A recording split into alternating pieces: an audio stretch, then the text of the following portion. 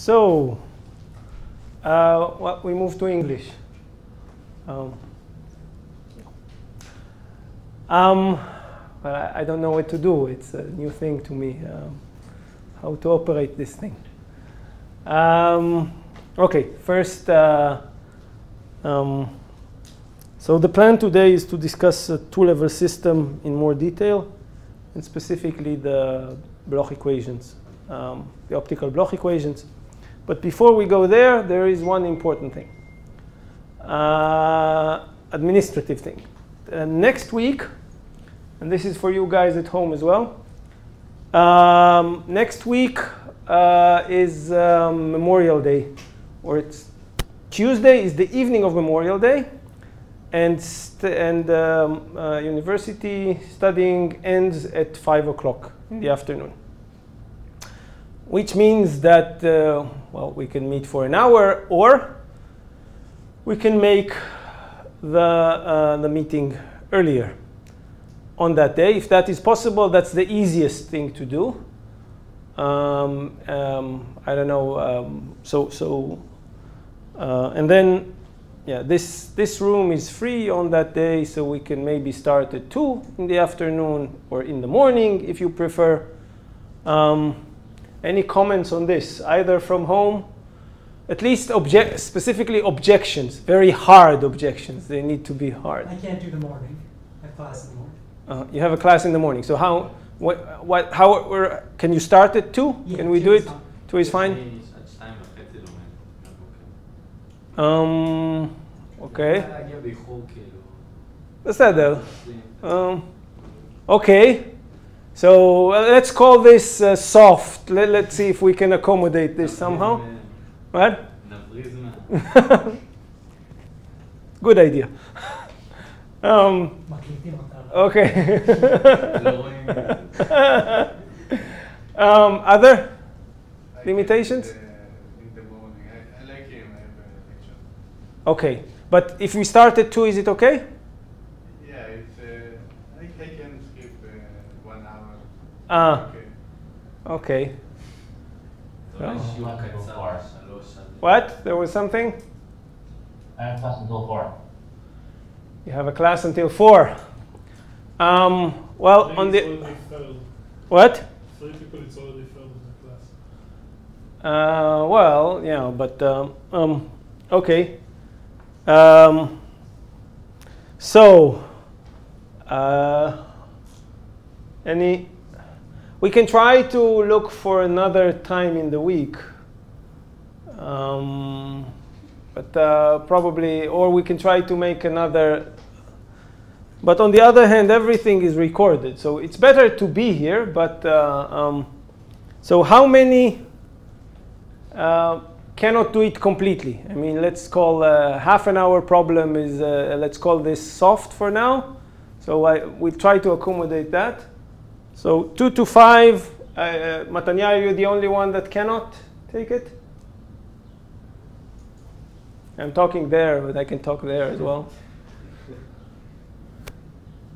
You have to unmute yourself if you're answering. Somebody else also put in the chat that he has until 4. I'm not looking at the chat, so don't assume that I see the chat. If you want to tell me something, you need to speak up. Somebody else put in the chat that they have a class until 4. Okay.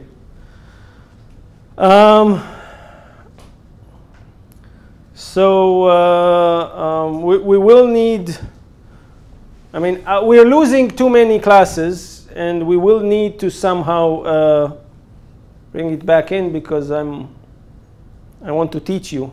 Crazy.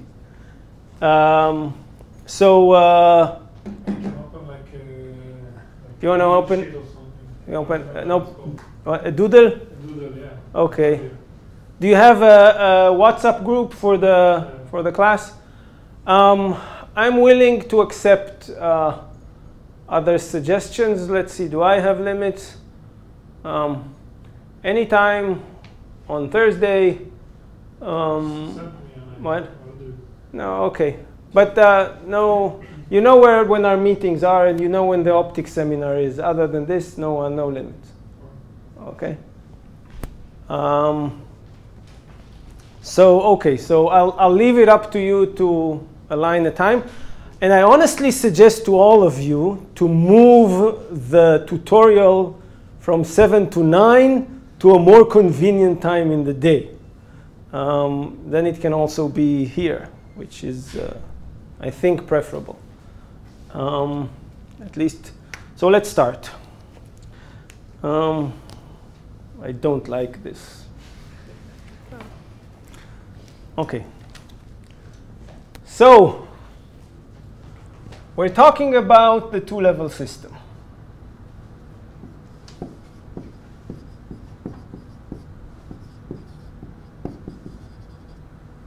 Oh, this is English. So, and I'm writing as if it was Hebrew.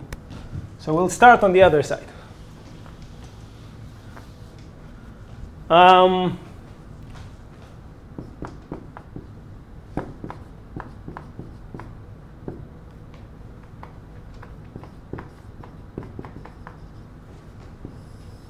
Okay.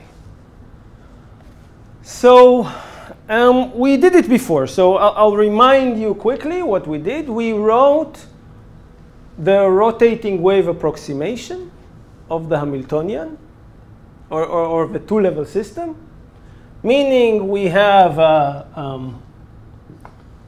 two levels with a separation of h bar omega atom, and we come with a laser which has a detuning, so it has a different frequency. But we assume that the detuning delta is small. And this, by definition, initially is a time-dependent problem because the field is a time-dependent field which has amplitude, and it is time-dependent. So, and it drives the atom. So the interference. So basically, if I ask myself, how does the Hamiltonian of the system look? So it looks like 0 h bar omega atom. And here, there is d, the dipole operator, times E of t. And here, there's the conjugate of that.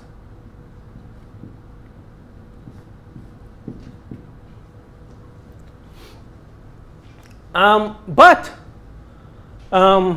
as we saw last time, so, and this is and indeed, as I said, this is a time-dependent Hamiltonian. But we can go to a rotating frame, meaning we can either rotate at the frequency of the atom or at the frequency of the laser. And then the Hamiltonian becomes simpler.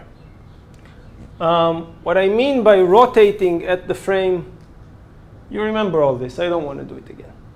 Well, maybe, well, that was a long time. Maybe you forgot. But and then the Hamiltonian of the rotating wave approximation, and in this case, I would say at the laser frequency, because this is what I'm writing, it is this. Then we leave h bar outside. Then we have 0 omega star delta, where delta is the frequency shift offset. And big omega is the Rabi frequency, or the bare Rabi frequency, which is d times E naught divided by h bar. Sometimes there's a half in there, sometimes not. And this half is of no interest to me, because, well, because I'm not calibrating any experiment right now. Okay, and then now we said, look, okay, this is a simple problem. Now it's just our problem is no longer time dependent. It is a time independent problem. What we threw away are the counter rotating terms. I mean, and now we can write basically this. So if we say that the state psi is some C1 ground plus C2 excited. So for example, what I can write is this. Of course, that's wrong. What I should have written, because we are rotating, then there's going to be here e to the I omega laser t minus. This is the assumption of rotating at the laser frequency. And here we have this. And of course, there would be I on the outside. That equals what? This. And this is a set of coupled linear equations that can be solved quite easily. There are many ways to do this. And we should put here stop, and then put here another one. Oops. Now, okay. So what we did last time was to look at the solution of what we called the bare atom solution. The bare atom solution is exactly to solve this. Why? Because this is in the bare basis. Because G and E are the eigenstates of the atom without the field, or the system when the field is 0. But what we want to do now for a short time is to look, and in the end of our last meeting, we discussed what was called the dressed atom picture. The dressed atom picture is to say, well, I don't have to describe this on this basis. I can have any other basis. Specifically, I can describe psi as some coefficient, well, I want to use the same letter, but let's take A. A1, or sorry, let's call it A plus. You know what, never mind. We'll give them A1 V1 plus A2 V2, and and if I throw this away, what it actually means is that I'm assuming, this solution is within the rotating, I'm assuming basically that this phase is absorbed by the excited state, whatever it is. So now I can write this, and those would be the eigenvectors of this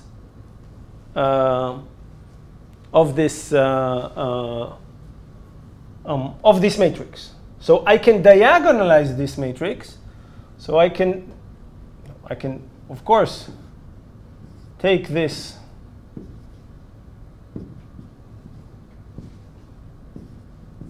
By the way, if there are questions, yes.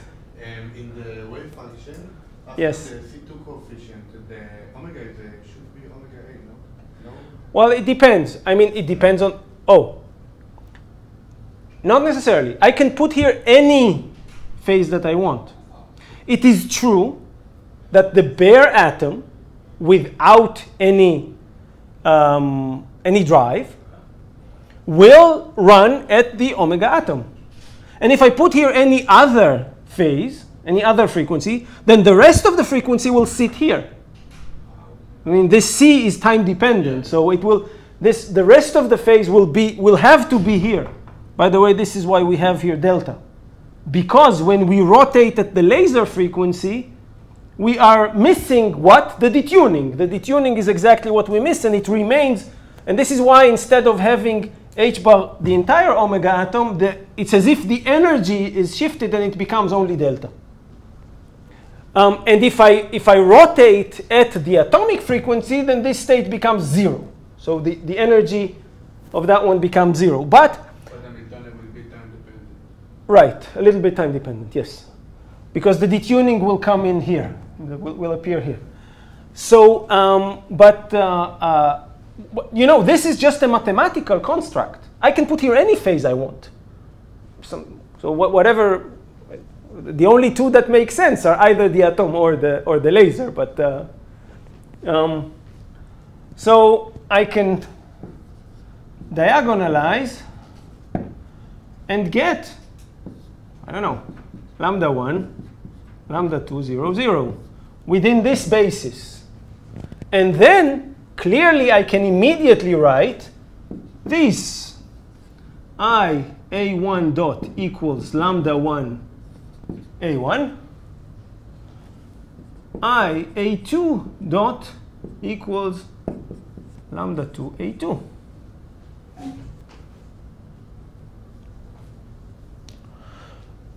So within this, and those are decoupled equations that can immediately be solved. And this means that A1 of t equals A1 of 0 e to the I lambda 1 t. And same goes here.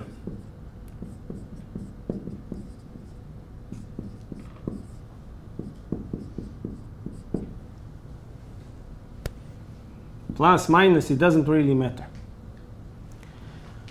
The reason, well, the way it's written right now is a plus, but I think that we... No, it's a minus. This way is a minus? Good. I don't remember, but good. Okay, and then... And so those... Those states, so clearly in the dressed atom picture, the solution is much simpler. It's as if we have a free atom, but something happened to that atom. One thing is that the states, the eigenstates, are no longer ground and excited. They are different. So the eigenstates that were originally ground and excited now became those eigenvectors which we should find by diagonalizing the matrix. And they will depend on parameters, on detuning, on the Rabi frequency that we have here. We'll write them in a moment.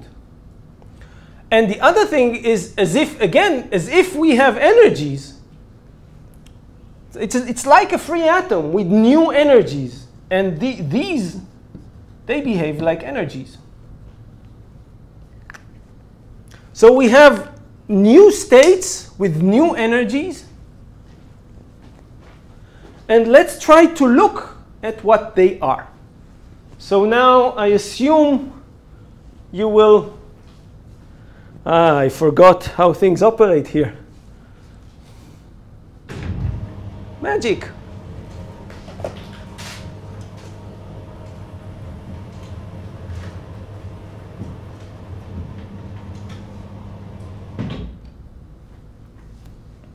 We should move, okay. Next time I'll try to align with the wires. So let me tell you what those eigenstates are, of course, and what the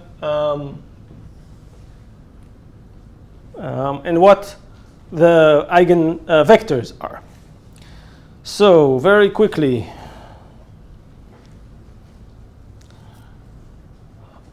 so the eigen energies, the dressed energies, and they are interesting. They are minus delta over 2 plus or minus half square root of omega 0 squared. Now, omega 0, we mentioned that it could be complex. So in that case, just put absolute value squared. But that's not a critical point. Plus delta squared. Now, if you remember, this is the generalized Rabi frequency, which we had from the bare atom solution. So this is the general Rabi frequency, which we usually termed omega without a naught. This is Rabi. It's an I.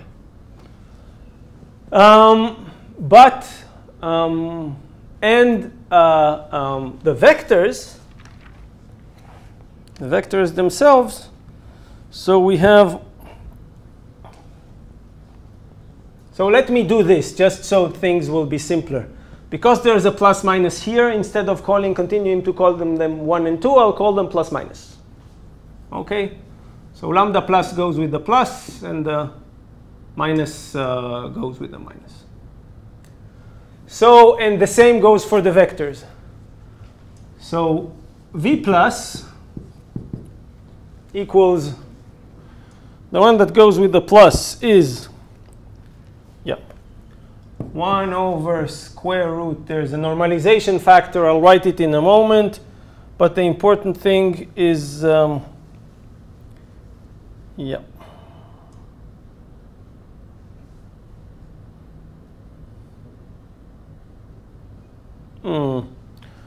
hope, well, you'll need to do this by yourself. But I'll write what is written for me. Omega plus delta and omega 0 here. And the normalization factor is, well, you can guess it.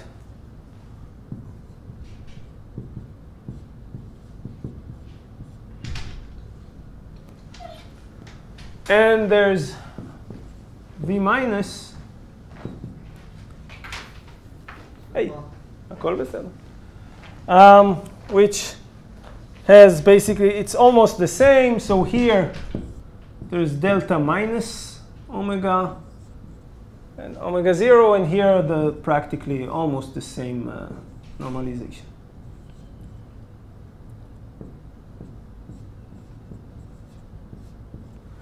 Now, okay, so this omega is the general Rabi frequency. So just as a reminder, as written here.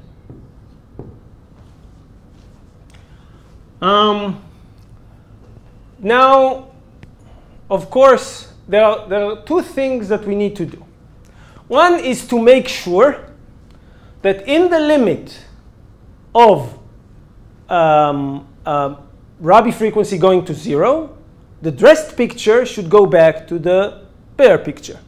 Assuming no field, I want to see that I go back to what there was. So clearly, when omega naught goes to 0, so if I take the limit, let me do it here anyway. So let's do it with a different color.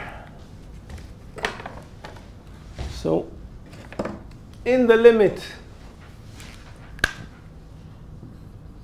this is when omega naught goes to 0. It should be the bare atom. And what we will get here is minus delta over 2 plus delta over 2, 0, or minus delta over 2, minus delta over 2, minus delta. Well, we could put here a minus or I mean, the solution would be right anyway, but this goes to either 0 or minus delta. That's fine. So indeed, the bare atom, the eigenvalues, they go where they should. And the eigenvectors, you could see the same, because when you can see that when omega 0 goes to 0, so here we'll have 0, and here omega will be delta. So I'll have here delta twice, but eventually the normalization takes care of this. So this becomes 1, 0. The other one is a little bit more tricky to see, because it seems as if both of them are going to 0, but not in the same way. I mean, the normalization also goes to 0. So when you take into account also the normalization, you'll find out that this one goes to 1, 0, and this one indeed will go to 0, 1. Check me on this. You need to take into account also the fact, you know, as I told you, the normalization goes to 0, and those two terms go to 0. They don't go to 0 at the same rate, and you'll end up with only this one. I mean, what you need to consider is omega 0 divided by this, and delta minus omega divided by this, and take the limit of omega 0 going to 0, and you'll see that it's not the same. That it will end up. So that part is nice. I mean, the fact that indeed in the limit of completely no field, we're going back to the bare atom solution. That's good. Now let's ask ourselves, okay, so what happens when we have a field? So one thing we can ask, well, what happens when we are on resonance? That's one case. That's an extreme case. Exactly on resonance, the laser field drives exactly on the atomic resonance, and and then let's see what happens first to the eigenvalues and then to the eigenvectors. So there was one case, omega 0 goes to 0. We should see, and indeed we see, when this happens, the rest goes to bare. That's nice. The other thing that should happen is when delta goes to 0, so what we call on resonance,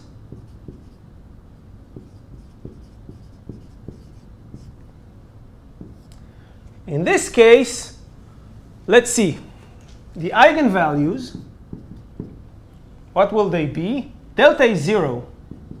So they're going to be just plus or minus omega 0 over 2. Which is indeed, so that means that we are going to see oscillations. At which frequency? What it means is that on resonance, the energies are the Rabi frequencies. Oops, some noise from somewhere, I don't know.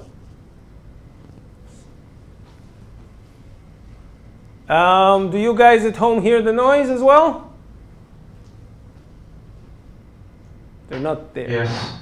Ah, is it worse in your case? I don't know, but let's try as a first measure to ignore it and see if it goes away. And then, well, unless you tell me that it is impossible, because for now I can. Oh, no. OK, so here we can see that the energy difference between the two states is exactly the Rabi frequency, the bare Rabi frequency. And as we saw before, so it actually makes sense. That means that those two states, they acquire a phase at a rate which is the Rabi rate. And the wave and the states, then you can see, well, it's obvious. They are delta equals 0, so and omega equals omega Rabi. So here we have 1, 1, and here we have minus 1, 1. So those two states are completely mixed. So on resonance, the dressed atom eigenstates are complete mixture, equal mixture of the original bare states solution. It means that this V plus equals 1 over square root of 2 of ground plus excited. A complete superposition of ground and excited. And the same goes for minus. There's a minus here.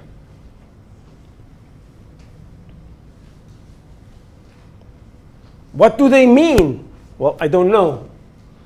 I'm getting annoyed by the noise. Maybe we should ask somebody too.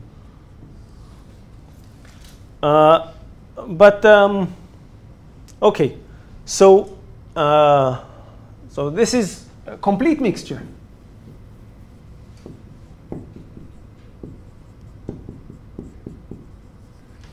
Now, it does make sense.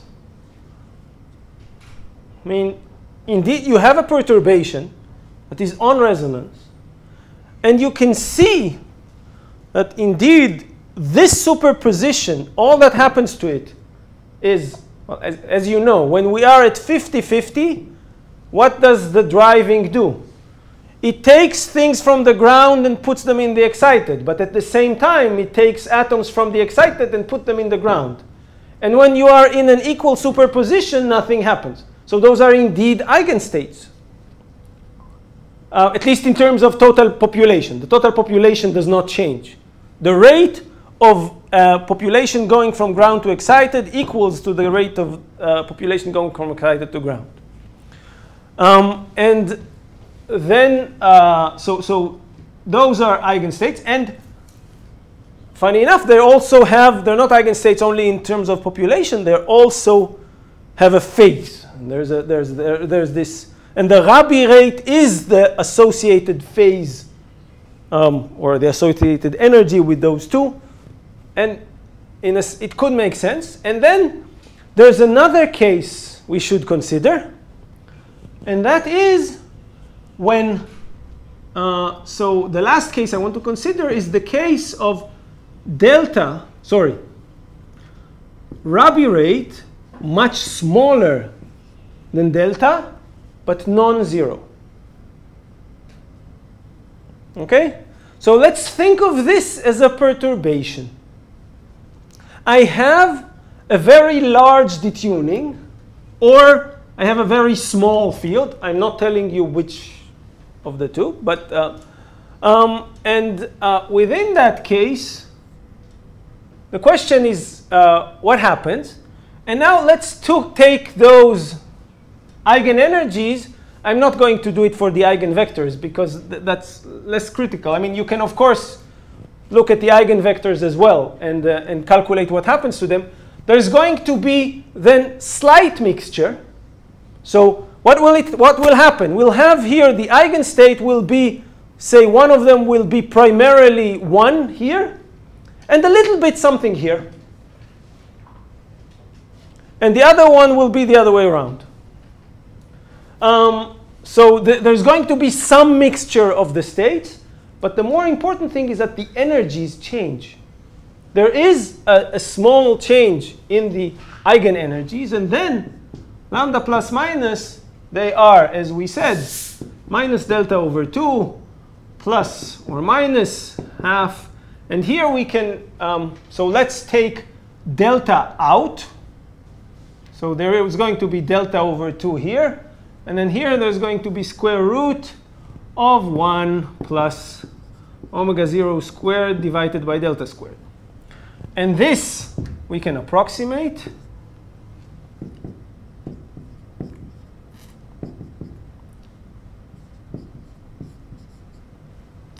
Times 1 plus omega 0 squared divided by 2 delta squared. So, or in other words, we have here two options. One is 0, but plus, so let's forget about the 0, no need to write it. Just omega 0 squared divided by 2 delta. Not squared because there's a delta here that multiplies. And actually this 2 also goes in, so it's not 2, it's 4.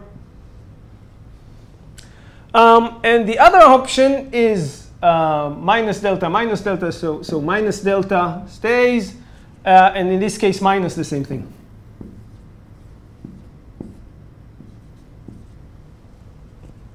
So the energy difference between those two states is no longer delta. The bare case, they had an energy difference of delta. In this perturbed case, the energy difference, delta E equals delta plus this. What is this? Do you know? It has a name.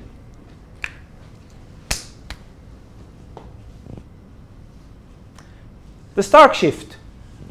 This is the AC Stark shift. We can calculate this from other ways, but here it just comes out for free.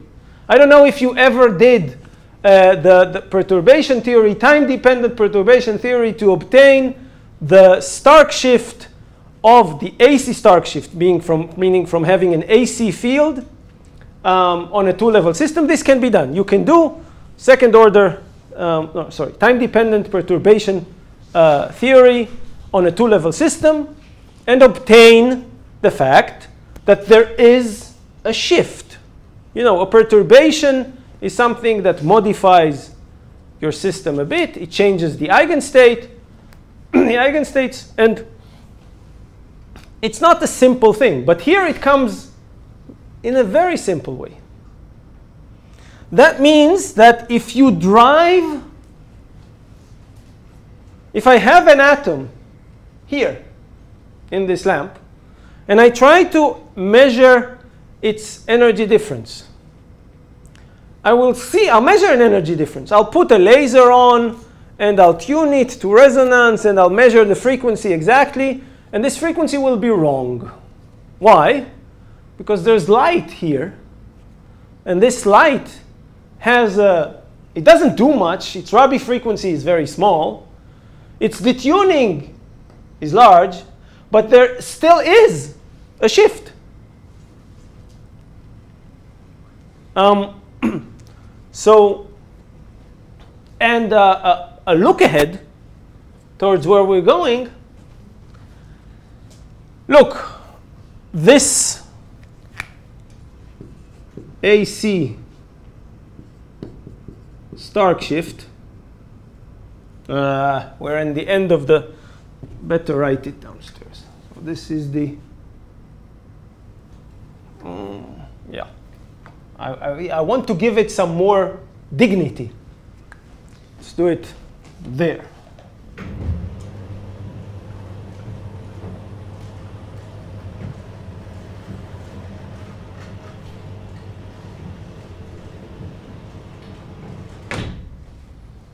So we are, yeah.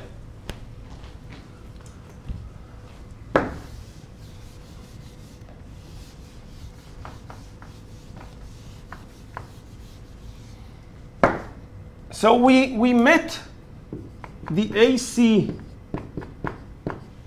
Stark shift. Now, I want to give honor to the Stark shift, but not to Stark. I don't know if you've heard about Stark. He was a German physicist. He was one of the few who remained in Nazi Germany. He was the head of the Nazi Physics Association. He was, during the Nazi regime, he was really one of the worst. He was head of purifying Germany, German science from the bad influence, bad Jewish influence. I mean, yeah, Stark is not a person to remember, but the Stark shift is important. And this, the AC Stark shift, which is this, is that is the energy difference or the frequency difference. When you have an atom, so the mere existence of some light, even weak, that can be detuned quite a lot from the atom, it will shift it. And the energies will be moved. And that's by itself an interesting fact. Let's give it a different name. Let's not call it the AC Stark shift. Let's call it the light shift, which is indeed a shift due to light. Now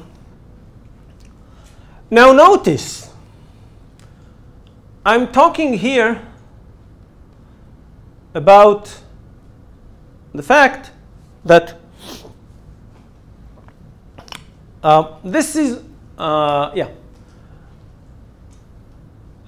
I'm looking at a two-level system, and as I told you before, I want to measure this transition. So I'll take a laser and I'll tune it until I hit resonance, and I'll know how I hit resonance. How? By and suppose that I make sure that this laser is sufficiently weak, and as you can see, exactly on resonance, actually the Stark shift is 0. You can't see it from here because this is a perturbative assumption. But if you look in the original case, the Stark shift becomes really, there is no Stark shift. But when I do it, I'll try to do this. I'll take a laser and measure. I need to make sure that no other laser is there. No other light source is there. It should never, because if there is some other source, it would shift those frequencies and I won't measure the right thing. And look, this depends on the intensity of the other sources that could be there. Now, classically, you could say, well, what's the problem? I'll turn off the lights. There won't be. Yeah, that's true. You can do this.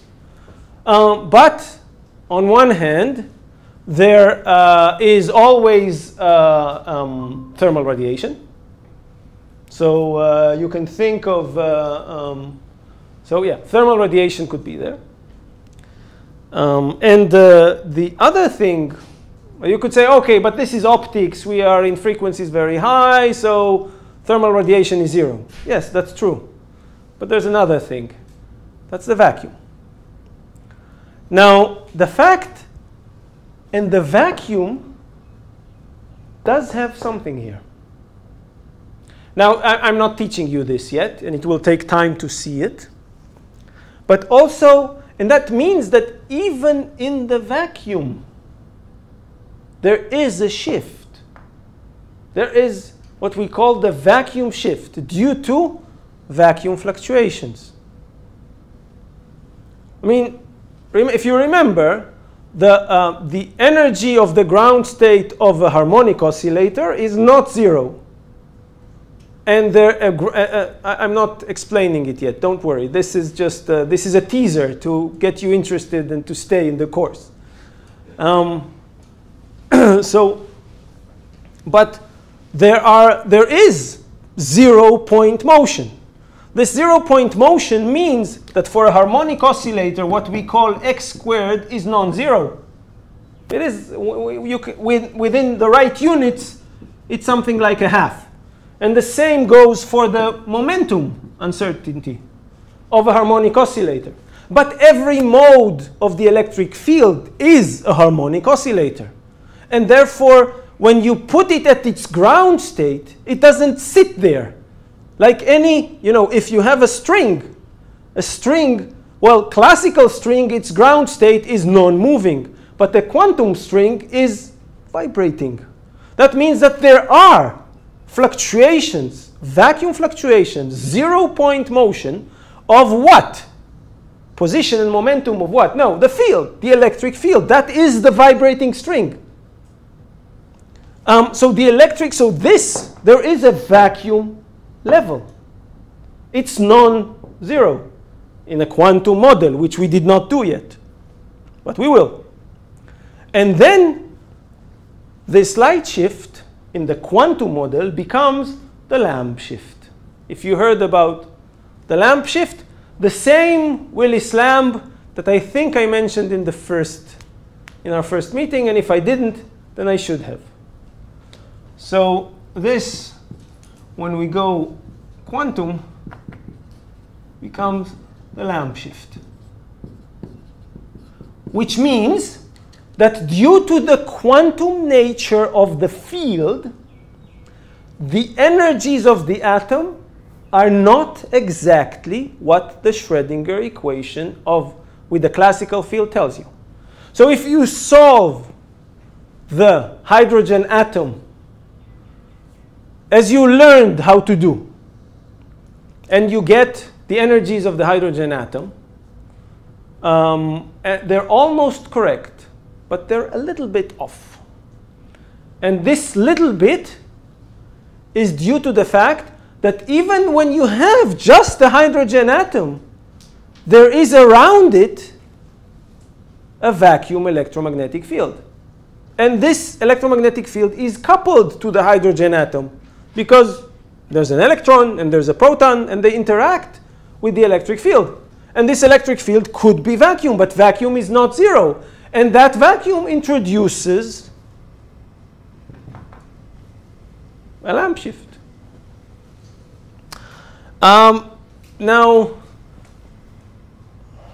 Okay, so, and if that sounded interesting, I'm glad. Let's see. What? Okay, so we'll discuss very clearly where it comes from, and we will see it let's put it like this. We are going to solve also the two-level system in a completely quantum manner when it is coupled not to a classical field, but to a quantum field. And that's called the Jaynes-Cummings model. Luckily enough, Jaynes and Cummings are really two people, not three or more. Because Hunbury, Brown, and Twiss are three, and about them, no, they're not three, they're also two. And about them we'll talk probably, I'm not sure if next week, if we meet next week, but soon, not next lecture, but the one after that. Basically, I should just wait for the question. So yeah, I mean, you can, and then, so what I wanted to say is that really for the lamp shift of the hydrogen atom, we should do a little bit more than this. It's not just, this model does not give you automatically the lamp shift. It gives you the source of the lamp shift, but you cannot, even when you go quantum with this model, you don't see exactly the lamp shift. Why? Because the lamp shift is due to the vacuum in many frequencies. And some of them are really far detuned. I mean, if you remember, one of the assumptions that was here, and I just erased it there, was that the detuning is relatively small compared to the total energy. And of course, the vacuum is not. I mean, there's not vacuum only in the vicinity of the transition. There's vacuum everywhere, in any frequency. And it affects, so the effect of the the lamp shift is due to a much broader vacuum frequencies over many levels of the atom. So it's a more complicated thing. But the source is this. And the discussion of both the light shift and the lamp shift, we'll see that. But yeah, this needs some. If you have a burning question, then come in the intermission. And if it's a non-burning question, then wait. But you'll need to wait quite a lot because that will be in the very end of the of the course. Who's missing?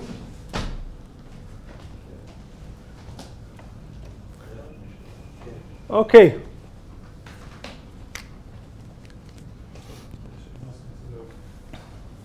So now we're going to solution number, I don't remember. I think 3 or 4. 3. Well, it depends where you start. If we consider the perturbative part as a solution, or the Einstein coefficient, was that also a solution? I don't know. But yeah, let's say that this is solution number 3, which is the Bloch equations.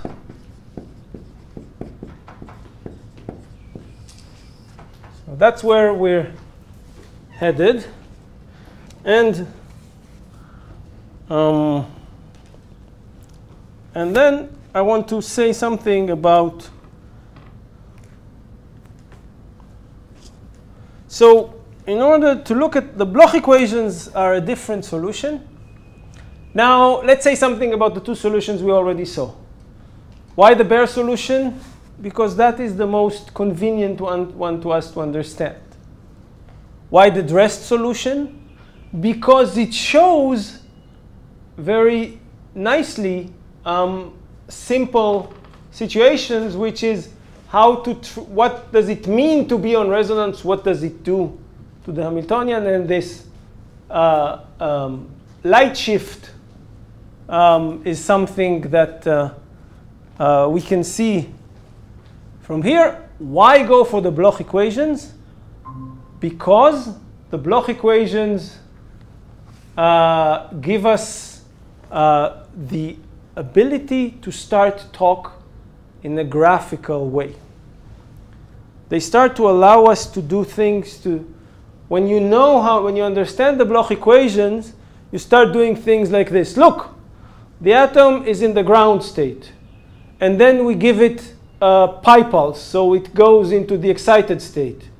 And then we leave it, so I don't know, it decays back. Or I can give it a half pi pulse, and then I leave it, so it will do some kind of nutation, and then maybe it will go back up. Or so suddenly there's a vector.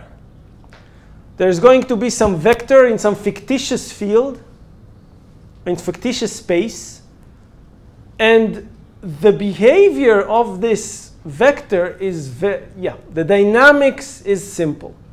It's like, by the way, they're called the Bloch equations because Bloch wrote them for what? For NMR. I mean, in NMR, there is a spin, a magnetic dipole, a spin, which is interacting with a magnetic field. And what does a magnetic dipole do when it interacts with a magnetic field? It nutates around it. There is a nutation. So if I have a field, a magnetic field in that direction, and there is a spin like this, what it will do a nutation around it. Now what I'll show you is that the same thing happens here. That this two-level system, what is it? I don't know. That this two-level system is actually an effective spin. In what space we're going to discuss. It's not in actual space, but in Rabi space or in Bloch space. But any two-level system is just like a magnetic spin. And the field, even though this is a light field and it's not a DC magnetic field, it does have some Bloch vector, Bloch field vector, and that the behavior is just a nutation. So things become, when you feel convenient with the Bloch picture, then you suddenly have a way to visualize simply what complicated situations are doing. So this is the reason to go there. But it will take us a little bit of time. And on the way, we're going to meet the density matrix.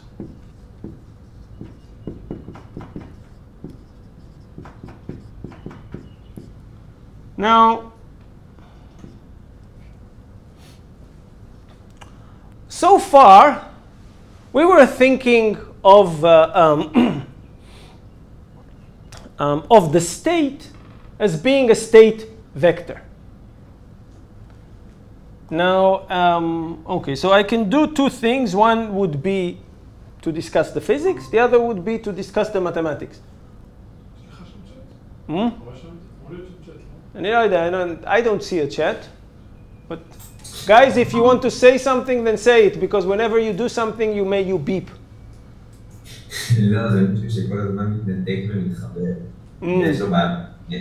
Okay. So, where were we? Yeah, density matrix. So, you know, I can write, say that I have this, the state psi. That's the state of the system.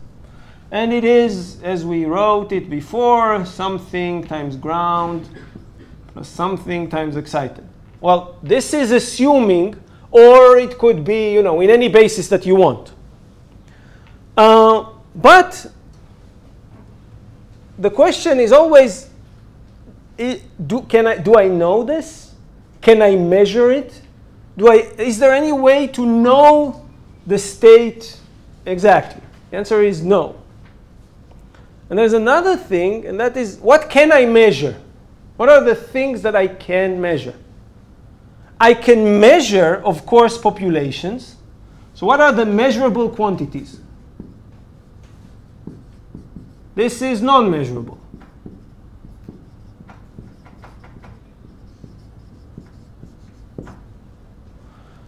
What is measurable is populations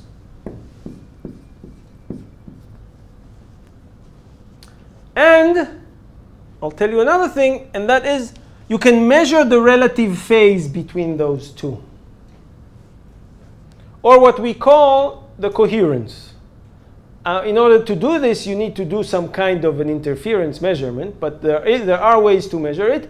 For example, but you cannot measure just C1 or C2 because they are complex numbers with an overall phase that there's no way to directly measure. But you can measure the relative phase between them. And this is something that evolves in time.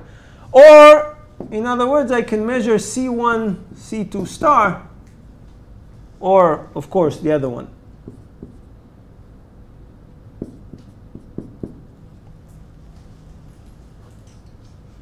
Now, if you think about this, and to be even more honest, it's not that I can measure these exactly for a single system. It's always an average. It's not, you know, I'm telling you, look, those are things that can be measured. Yes, but only on average. So there are two cases. One, you can prepare hopefully the same state. If you can make the same state, exactly the same state, it's a pure state, you'll make that state again and again and again, and then make measurements of the average excited population and the average, ground population and the average excited population and the average, all of those, so there must be this. And the average coherence.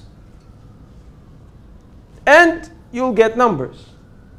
But then you'll get those, and they will be related directly to those C1 and C2 that are here.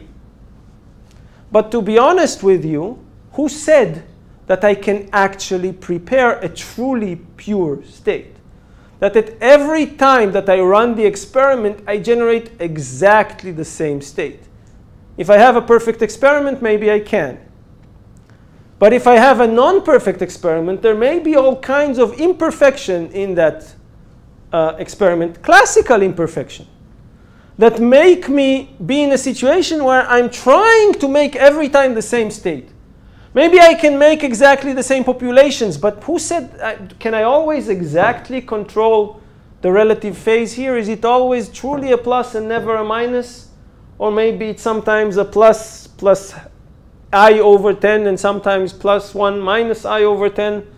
So maybe this relative phase, is it indeed perfect? So in this average, when I average over different instances, do I really get just what we call a quantum average, or maybe there is some averaging over, I'm always doing an ensemble.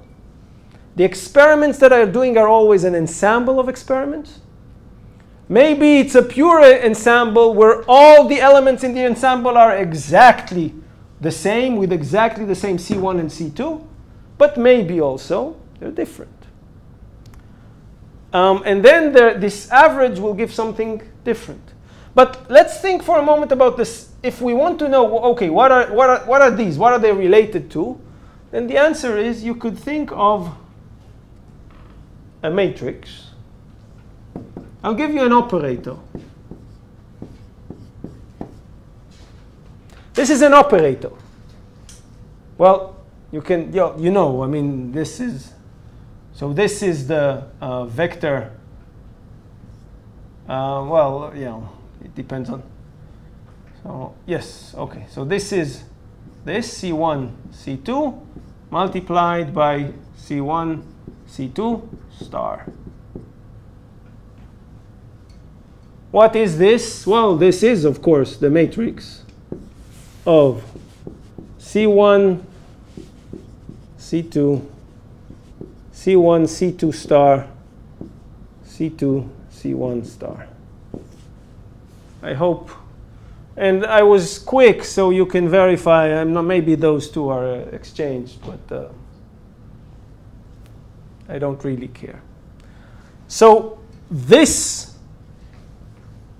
operator is the density operator.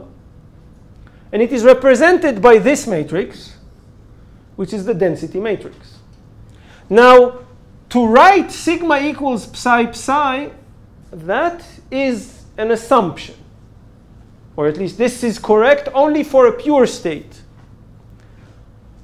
But to write, but the density matrix always exists. Now let's ask ourselves, what is the density matrix in a real experiment? Then I could say, look, maybe I am generating psi 1, or maybe I could be generating several states. I'm trying to generate one specific, but there is a range of possibilities that could be there. And each one of them has some probability. So this is for a pure state. I don't know if you can read it from home. I hope you can. And sigma, let's call it effective. It's not effective. This is just a definition. So, you know, maybe I'm generating state 1. Maybe I'm generating state 2. So let's put psi I. Each one has some probability to it. And we sum over all the possibilities. So this is to say, and then we say the following. If you're perfect and you have probability 1 of generating just a specific state and everything else is 0, then you're fine, then you're here. And then the density operator really represents, it's just a fancy way of writing the state, the original state. But if you are in a situation where you have unknown probabilities, well, yeah, I'm trying, but the probability of generating that state is only 0.9, and I have 0.1 probability of generating states that are similar but not exactly. Maybe their phase is not exactly the same, maybe their populations are not exactly the same. I'm trying to generate a perfect mixture, but I miss. Sometimes I generate 50-50, sometimes I generate 60-40 mixture. And then, so this that's the definition of the density operator, the general definition. And the nice thing about this is that it allows two things. One, it relates directly to measurable quantities. Okay, then I'll say something about this. So this will be, if we think about this, so what we will have here, I want to write, but I don't have enough space. So let's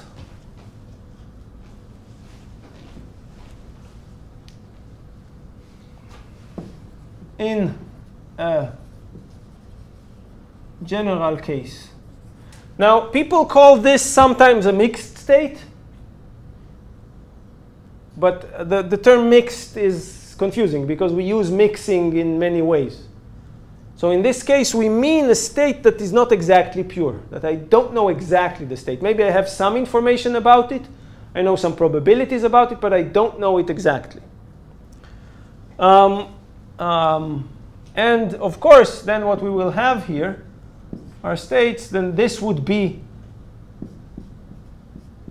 averaged, but averaged over what? Over the different probabilities that could be here. And the same would go for every other term here.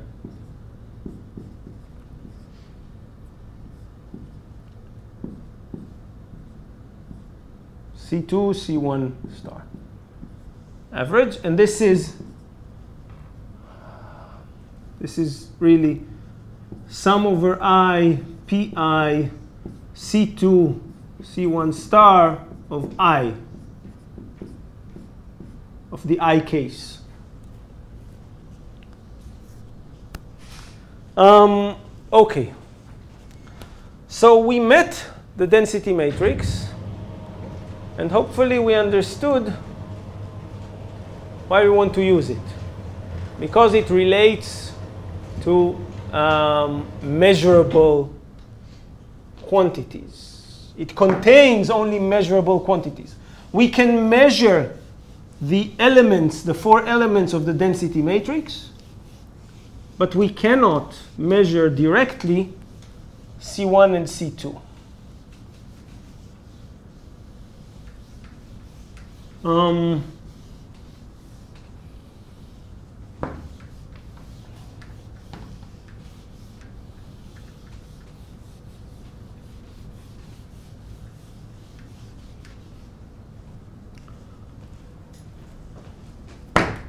Okay. So, but now we can ask ourselves, okay, so how, if we know how to write the Schrödinger equation, psi dot equals what? I psi dot equals h bar h psi. You can put the h bar if you want. Minus. What about psi? What about sigma dot? Which means, sigma dot means, let's stay with the case of a pure state. This dot. Well, you can say that this is, what is it? It's psi dot psi plus psi dot. And we can put in now this. So that is,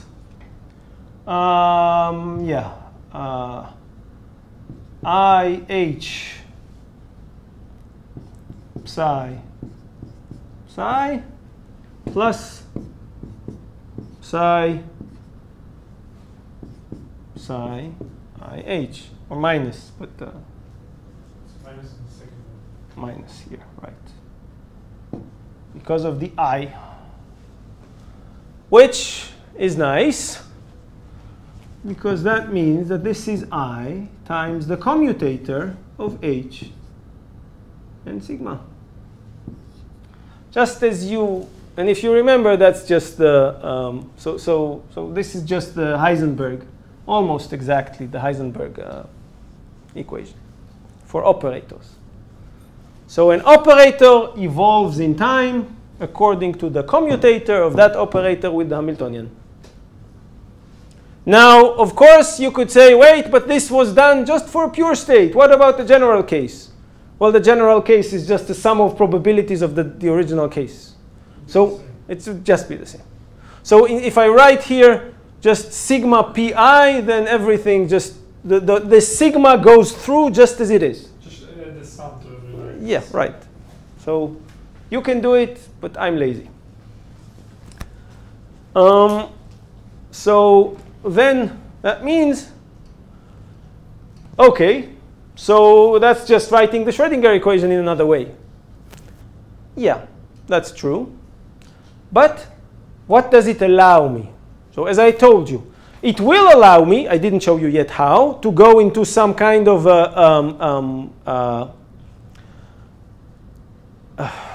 no. תמונה, can show you development of time of states. Yes, but not just this. I mean, it gives me a graphical picture of things. This Bloch, I didn't show you yet how. We'll see it soon. But another key thing that it does, and this is what it allows here, that is we can add, we can do this. Now, what does it mean? Okay, now, okay, generally, if you think about separation, one is if you have, if you ask yourself what is the Schrödinger equation for an operator that also has some direct dependence on time, if you have an operator that has also some direct drive or something like this, then you would have this assumption, that A dot equals IH A plus dA dt. Well, it's something that actually makes sense. If some of you remember something from analytical mechanics, if you learned it with me, or then in general those would be Poisson brackets, and this would be, I mean, any classical quantity changes in time, evolves in time according to its Poisson brackets with the Hamiltonian plus the direct derivative. So this is just mathematical. But where did this come from? It wasn't there. What are you talking about? There is nothing like this. That's true, but we can put it there by hand. This allows us to add in things that don't exist in the quantum model, but do exist in reality. And that is decay. We can do this. This is fiction. It's nowhere in the quantum model. I will not have any way to justify this. But I can use this to put a phenomenological model of decay, of the fact that some things decay in our system. What decays? Populations decay. So if you have atom in an excited state, it wouldn't stay there forever. It will just decay by itself. And another thing that decays is coherences. The coherences, they don't stay there forever. If you wait for a while, it's not that they die out. Why? Because the state is never pure. Because you have, for example, I'll give you just an example. You have a probability, maybe you have this psi I, maybe you have another psi I. What's the difference between them? Maybe a little bit difference of a phase.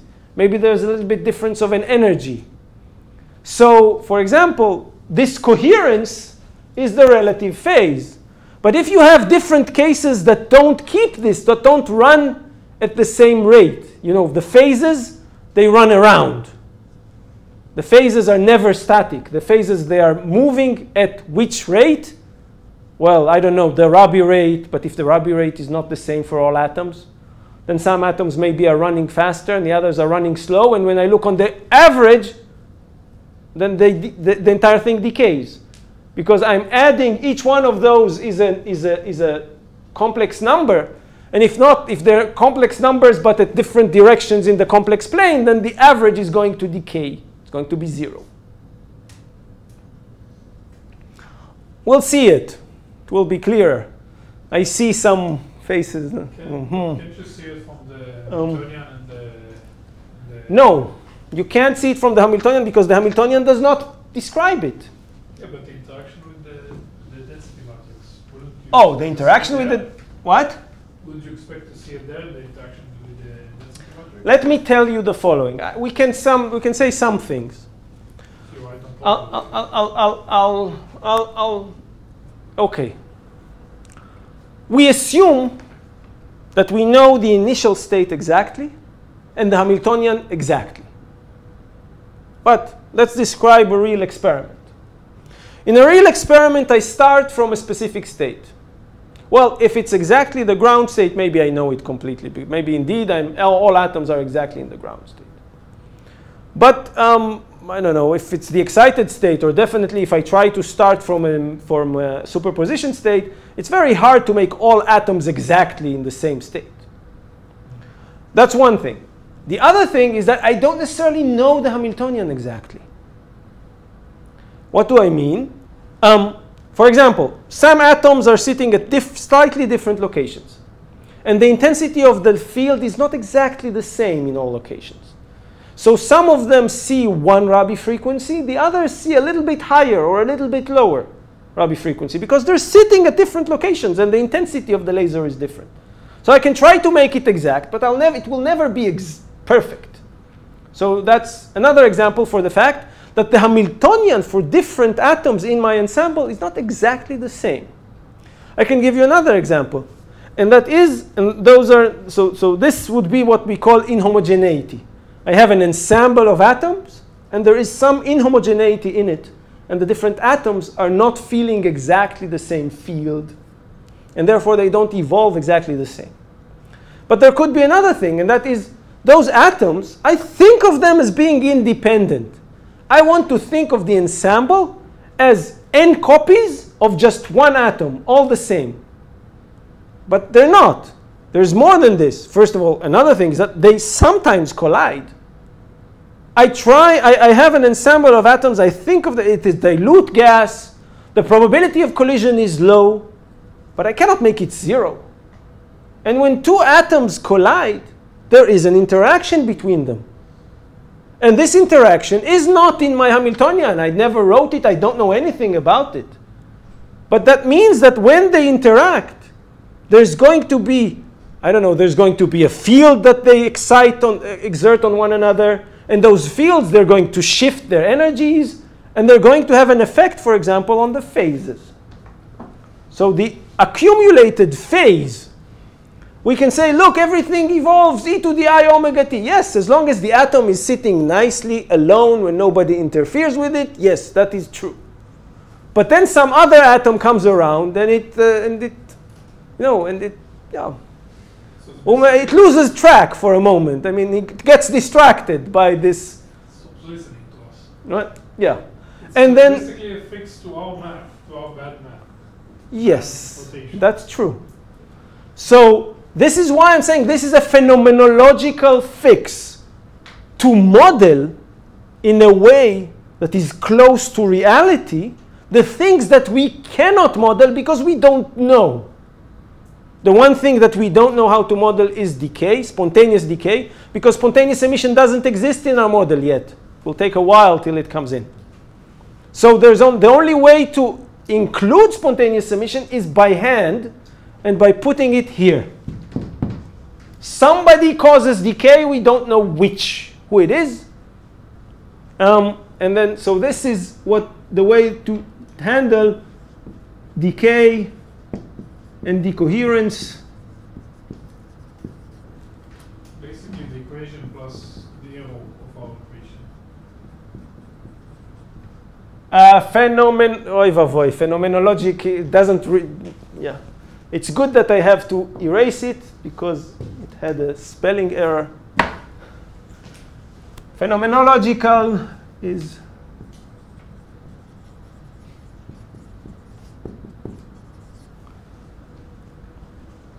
basically yes, official error addition. correct. So it will allow us to put in by hand the things that we don't know how to put in the Hamiltonian. So after having said all that, all we now need to do is to just write this. After all, I have this matrix. So there is this matrix, sigma 1, 1, sigma 2, 2. No, sorry, sigma 1, 2, sigma 2, 1, sigma 2, 2. What are those? This is, of course, the average population of the ground state, the average population of the excited state, the average coherence, and the average coherence. And as you know, I mean, I don't really need to write sigma 1, 2 and sigma 2, 1, because actually I can even write here sigma 1, 2 star, because this is by definition happening. So there are only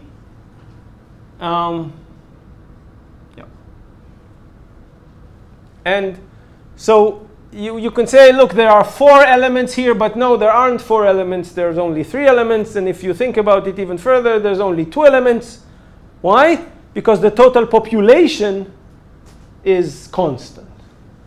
Because, you know, sigma 1, 1 plus sigma 2, 2 equals 1. So that's population conservation.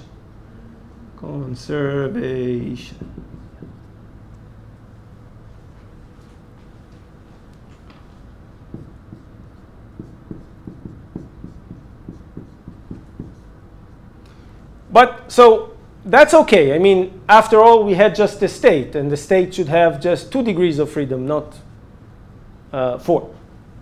So there shouldn't be any new degrees of freedom. But now we can write here. So I can put here a dot here. And then, of course, I can write here that this equals I. And then I'll need to calculate the commutator. Or so this. Yeah, I need to write it like this, I h sigma minus sigma h. And I'll introduce those later, not now. So first of all, we just want to write the equations for those. Now, I'm sure that you can do the calculation and check.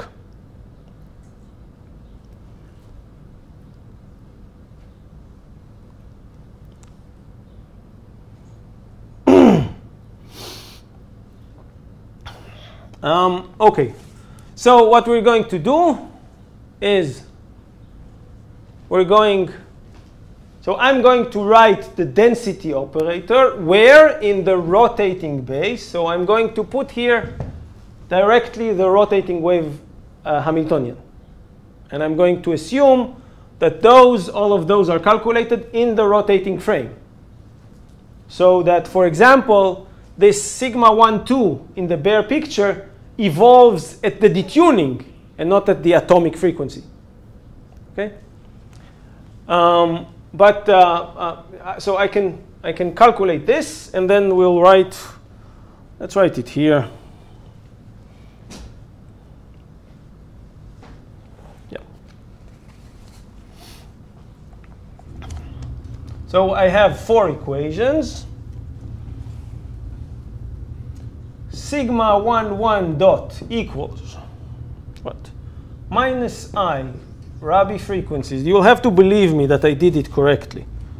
And that's bad to believe me because I make mistakes. But and then here, half sigma 1, 2. Sorry, sigma 2, 1 minus sigma 1, 2. And then, yes, and then sigma 2, 2 dot equals what? That one almost the same.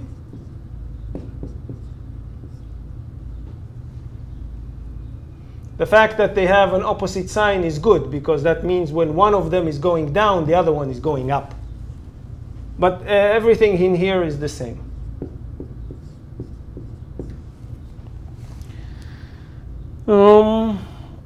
And if I ask myself, what is sigma 1, 2 dot?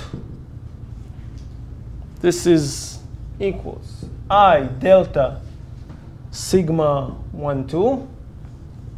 This term makes perfect sense. Why? Because this term by itself means phase accumulation at the rate of delta. Because we are at the rotated frame, that makes sense. That's what it should be. But there's another term, of course, minus I, Rabi frequency half, what? Sigma 2, 2 minus sigma 1, 1. What is the sign between in the second line? What? What is the sign between sigma 2, 1 and Oh, this minus.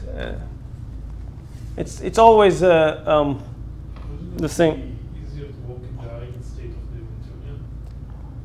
What? No, well, look, this is an operator. I want to see how those evolve, but just we can go to the Hamiltonian space and go. don't worry, I'm not going to stay with those. It's going, what? This is ugly. But immediately we will discover the beauty in it. Don't worry, we will make it very beautiful. And of course, we can write sigma 2, 1 dot, but it really doesn't make any sense because it's just a minus. I mean, this. Hermitian conjugate. Yes, that's the Hermitian conjugate. But just for completion, I'll write it. And I can write, yeah. So there's going to be a minus I here. And here there's going to be a plus. By the way, we assume now that omega 0 is real. So we assume that the field is a pure cosine and it doesn't have a phase. So, you know, omega 0, it can have a phase, but it's the phase of the field. So, and here there's the same, sigma 2, 2 minus sigma 1, 1. Now, okay. So, let's see. First, we see that what depends here. So here I have only a difference. Actually, if you think about this, there's only, those two are complex conjugates of each other. So what's written here is a number minus its complex conjugate. This is its imaginary part. So what we have here, with the I definitely, is just the imaginary part of this difference. That's one thing. So, and this is the only thing that affects both the ground population and the excited population. The other thing is that if I look again now at the coherences, they are, so look, we have a separation of influences. The populations are related to the imaginary part of the coherence. Whereas the coherence is related to the population difference. What we're going to do now is to immediately define new variables. Let's define this as a variable. And let's define this as a variable. And now we will be able to write and I'm going to write these equations not like for in the equations, but actually as equations for those parameters. There's going to be a third one. So I'm going to look at the imaginary part of the coherence, which appears here. The real part of the coherence, which is not here, but we need to say something about it. But it's easy to make out of it also the real part. And the population difference, which appears here and plays a role. And actually, the population difference is the only thing that I need to know, because the population sum, I know the population sum is 1. Okay? So, so the parameters that I want to know about this system are the population difference, population sum not needed, and the real and imaginary part of the coherence.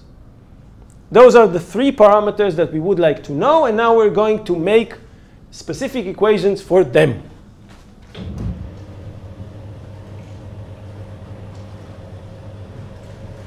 Oh, I really like teaching in a classroom.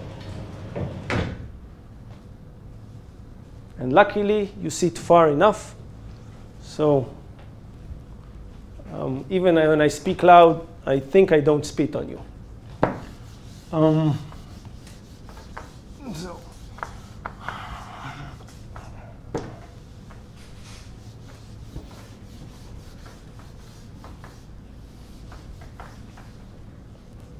How are we doing in time? Yeah.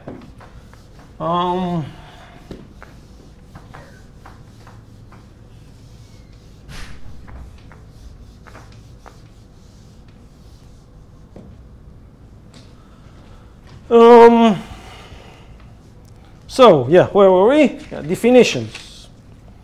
So now I'm going to define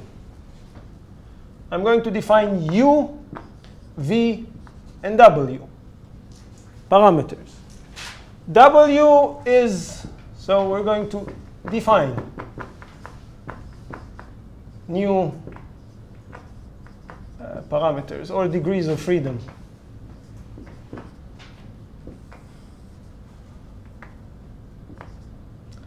So W is just the population difference, which we just mentioned.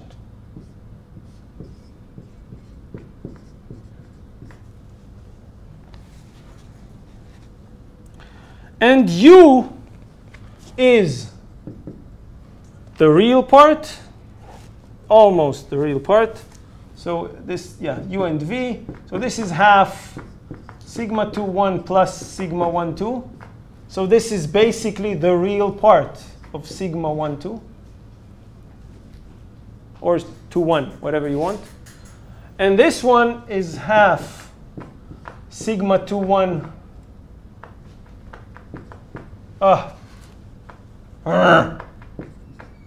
minus sigma 1, 2. And this is basically I times the imaginary part of sigma 2, 1.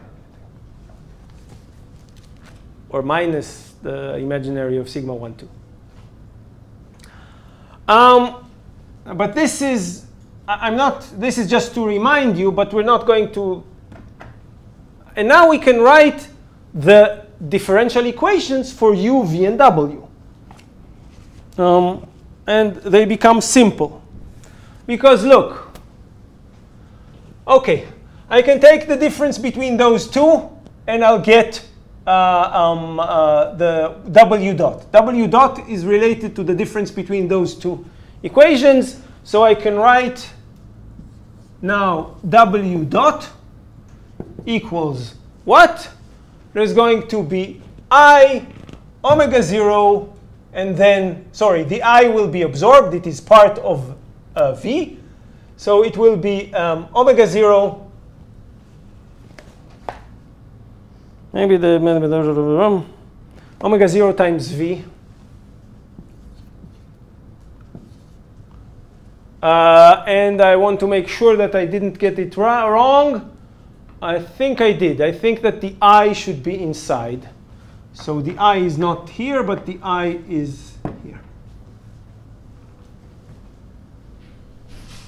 Do we agree? Good. So that's W dot. And I can write for U, there's U dot and V dot. Now U dot doesn't appear here. So actually U dot, if you think about this, is I'll take the sum of those two. And then I want to get only delta. It's U dot equals minus V dot, V, delta V. Right. Lambda itself. Yeah. So U dot equals delta times V. And if it's a minus, then you want a minus? You sure? I'm pretty sure. Well, but I can tell you, nobody said what's the sign of the detuning. I can decide that the sign of the detuning. No, that's cheating. Not yet. I can do it once. As long I can do it once. I mean, in the next equation, if I do it in the opposite way, then it's cheating. But only once I can do it, as long as the other one keeps the sign. What? Tzodek. Ah, yeah, yeah. I wanted to write, so U goes like delta times V. And if you want minus, then you can put it. Just let's make sure. And the other one, what? No. Also W to I. No. For U not. U is just the sum of those. Oh, yeah, my bad. Sorry, yeah.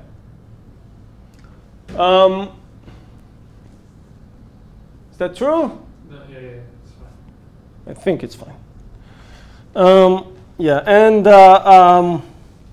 and for V dot, we can write it as minus delta times U, and then there's a plus, wait, yeah, minus omega naught times W.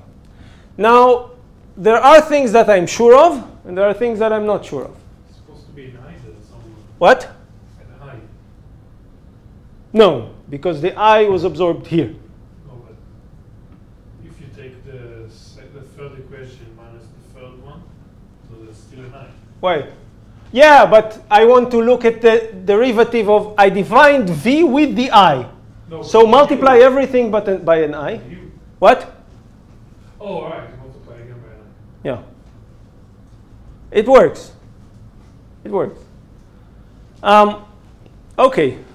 So now we have, so first of all, we have a set of equations, and they look, first of all, as the beginning, they will look nicer. So those are the Bloch equations. Some people call them the optical Bloch equations, but it doesn't matter. They're just like the Bloch equations. Okay, let's put their optical for now.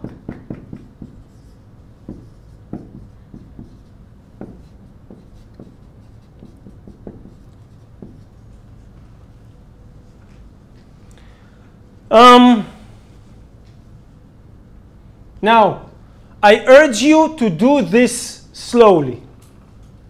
And it definitely may be that you will find that here we should put a minus, but here there will be a plus in that case. And maybe you will find that here there should be a minus, but then here there will be a plus. All of those, you will see the optical Bloch equations in various notations like this. And now comes the major thing. And that is something that you will have. Now let me define a vector. I'm going to define the vector rho, which is just U, V, and W. And therefore, what is written here is rho dot. This is the question. What you see here is how the vector rho dot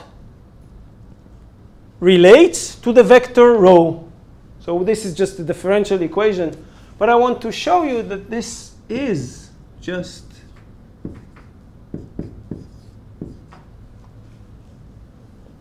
I wrote here something. I'll define it immediately. So where rho is this, and the vector omega, vector now, is this.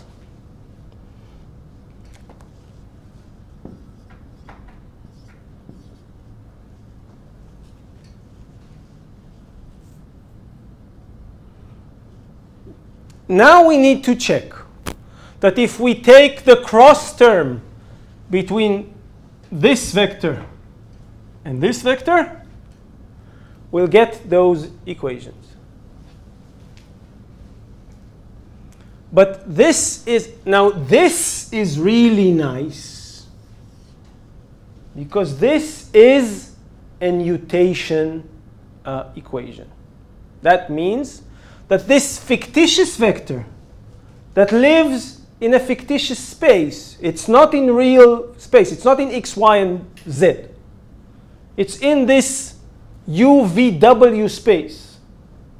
But what happens to it is exactly what happens to a dipole or a spin in a magnetic field. Why? Well, look, this is the field vector. This is the spin vector. And the direction in which the spin changes is the proportional to the vector product of those two, which is perpendicular to both of them. So that means, for example, okay, now we can start thinking of things like this. Okay, if I have a vector like this, and the field is there, then the vector is here, the derivative is up, and then what will happen is that it will nutate around the field. That's all that it will do. Now, of course, if the field is there and the vector is there, nothing happens. The cross product is 0. They stay. And so on. And if there is some angle between them, then all that happens is this. They rotate. It rotates.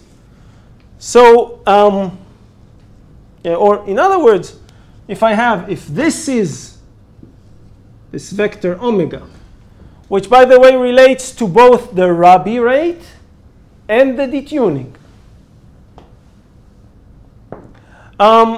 So and I have this vector rho, and all that it does is it rotates, it nutates around the vector omega. Yes, I'll try to improve my drawing a bit. Maybe, kind of.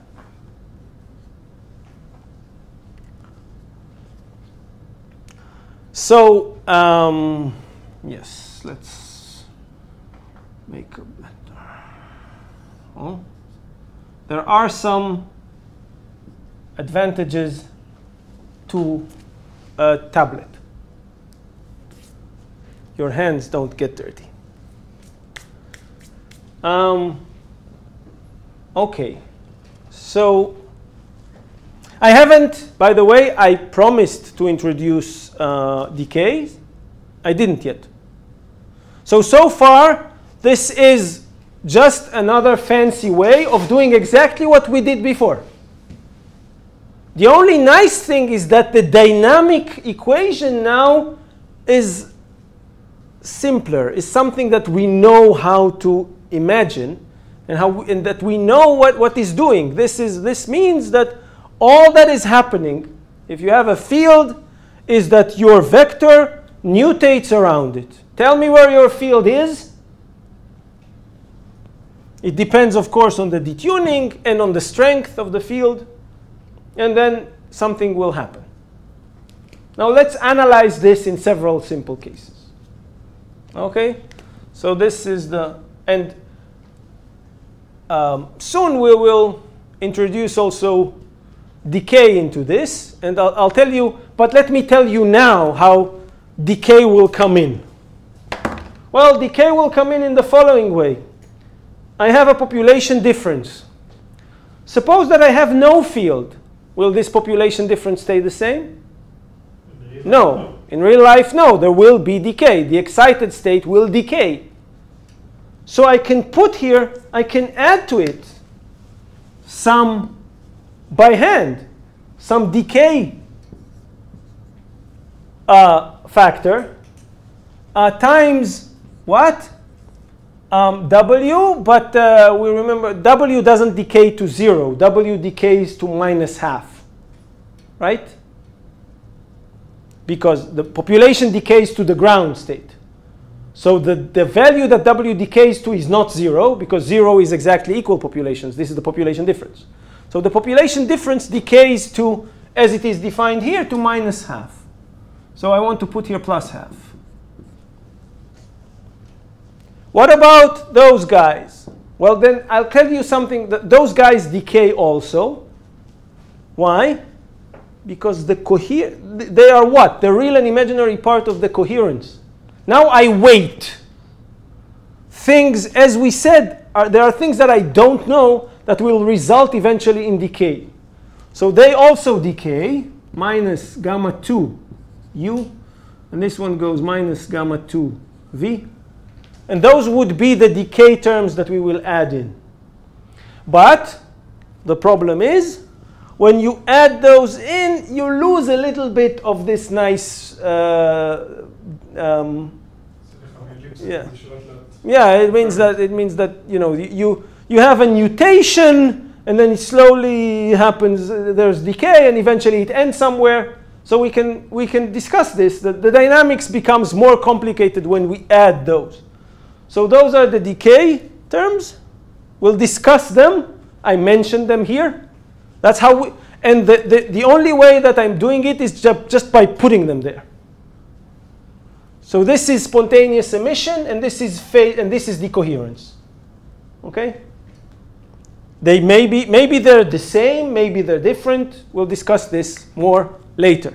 But for now, let's look at this bare, non-decaying, simple behavior of the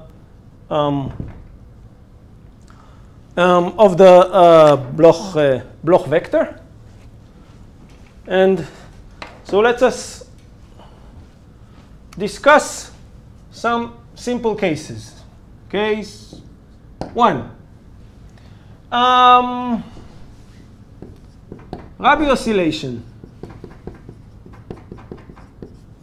So I have space. This is U, V. No, I want it the other way around. U, V, and W. Now, let's say that we are originally, okay, let's take all those. And yeah, open up. Suppose that we are originally in the ground state. If we are originally in the ground state, then W is minus half. Okay? So suppose that this is the ground state. So this is W. So this is raw at time 0. Suppose that I am, now we need to say something about the field. So let's discuss two cases. One, when we are on resonance. If we are on resonance, delta equals 0. So this vector is pointing in the u direction. So this is omega 0. This is the vector omega. And it equals, in this case, omega 0 in the u direction. And what will happen is rotating around in here. So we will be moving from here on the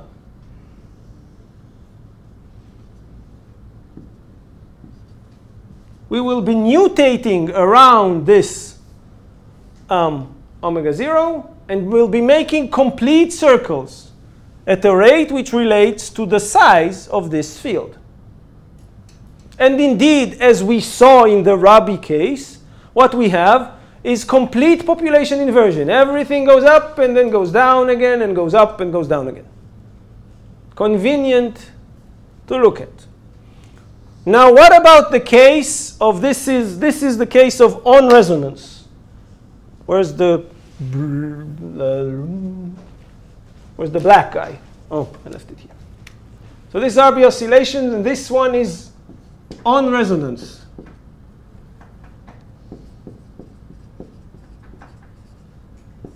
Delta equals 0.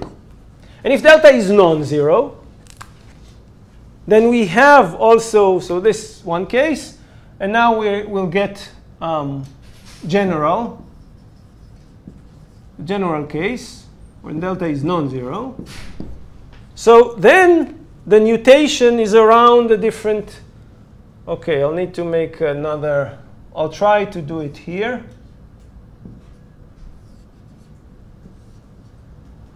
So in this case, we start from the same rho of 0. It's the same. It is there. What? What is the meaning of rho 0? It's only two states. Oh, that's the big. That's this. I'm assuming that we start with all atoms in the ground state because that's what we can. You can assume any other state to begin with. I mean, it doesn't. That's not. I'm just assuming that we are on resonance and we begin with all atoms in the ground state. Of course, by the way, I don't know what I start with. I could start with another vector. For example, maybe this vector is exactly in the same direction. And then what will happen? Nothing. That's called, by the way, it has a name. It's called photon locking, which means that you can lock the state. You can keep it there by just pointing the field at the same direction. But if you have a strong field that is sitting in the same, you have a superposition. It's surprising. What does it mean to have the vector here? It's a superposition of excited and ground. When you are in the UV plane, that means that you have an equal superposition of ground and excited. You have equal populations of up and down. What's the difference of different directions in the UV plane? Only a phase. The relative phase between excited and ground. All of them are 50-50, but some are plus, some are minus, and some are somewhere. You do need to control the phase of the coherence to do that. Okay, yes. But assume now, I'll show you in a moment, some tricks that allow me to fix it and to control it perfectly. So now, then I can now do the, so now my omega is not in that direction. It is in the UW plane always. But now it is, say, here. So this is still omega 0, and this part is delta. I'm assuming it's negative for now. But then what we'll have is we'll have a nutation, but it's going to be a nutation around this. So we're not going to have complete. So we'll have this kind of, maybe this is too high. We're nutating around this omega vector.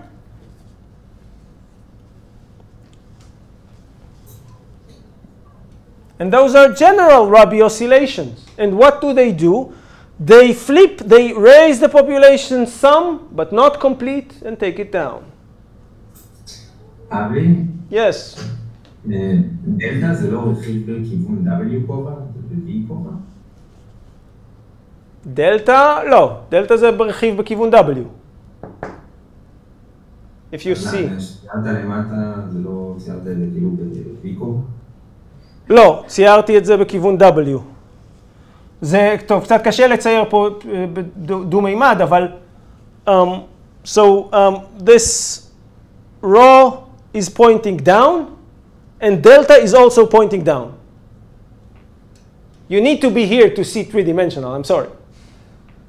Yeah, but omega 0 it's on the...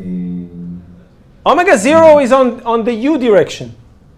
And there is none on the V direction, so how it's... It's not on the V direction. It's on the... Right. It's not. That's your three-dimensional problem. Or I'm delegating to you my inability to draw three-dimension on this board. Thank you. Okay, so yeah, you're welcome. I can send it to you anytime. Okay. And now I can continue this. But let's discuss, I mentioned photon locking before. What about the following situation? I'll take no field at all. Okay? No field. But there is a detuning. Okay? What about the situation where the field is 0? So that omega naught is 0, but delta is there. What does it mean? How can I have a detuning without a laser? Believe me, I can. I'll tell you in a moment how it's done. But let's think about this graphically first. Where is this vector pointing in that case? Down. And where is the state, assuming all atoms are in the ground state? Down. What is happening? Nothing. The dynamics tells us you're nutating around vector that is in the same direction, so you're there. But now I start turning on the field. I start turning on the field, and I turn it on slowly. What does it mean? So now I'm here, and now the field is changed a little bit. Okay, the field is still, it's mostly detuning. It has a very small, I'm talking about now, so this is how I make a detuning without a field. I cannot make a detuning without a field, but I can make a detuning with a small field. So I have a small field that is detuned from the atoms. The intensity of the field is very small, and the detuning is considerable. So I have a field that is almost pointing down. What is happening to the atoms? They're nutating around this, but almost nothing happens because it's just there. Now let's think that I'm slowly changing the direction of the field. What will happen? Adiabatic following. The atoms are nutating around it, and I'm slowly changing it, and they follow. So I can drag them anywhere I want. I can put them anywhere I want. They are locked to the field. So you can do photon locking, and now you can put them wherever you want. You can do adiabatic transfer from ground to excited. Just drag them there. What did happen? You're taking a field with a large detuning and a small field, and then you slowly change the detuning. Okay? So you take it, the very large detuning, and it's down, and then you slowly change the detuning. So what happens to the field? It's going up, and then down, and eventually the atoms will be there also. This is another way to transfer all population from ground to excited. How? Just drag them there. Lock them to the field and take them anywhere you want. You can make any round in space and drag and put them there. So what we saw is that you can use this to, so now we understand when we say adiabatic following, it makes sense suddenly.